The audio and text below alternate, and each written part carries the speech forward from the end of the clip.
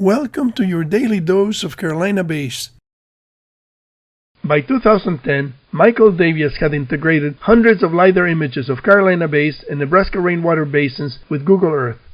He used great circle trajectories adjusted for the Coriolis effect to calculate the convergence point of the bays in Saginaw Bay, Michigan.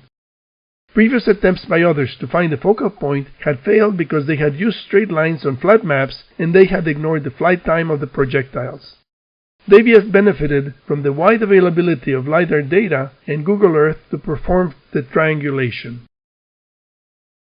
This image of the Lake Huron bathymetry is marked to suggest that the impact at Saginaw Bay could have come from the southwest.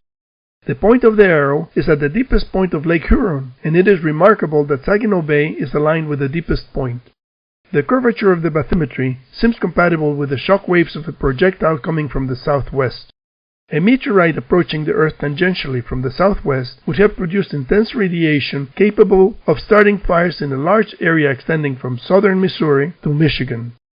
Firestone suggested that the deep holes in the Great Lakes could have been caused by cosmic impacts. Lake Huron seems like the best candidate for exploration based on the morphology of its bathymetry and the convergence of the Carolina Bays' axial orientations at Saginaw Bay. Geological examination of cores from Lake Huron and from the northern rims in Canada may provide the type of hard evidence that the critics have been requesting.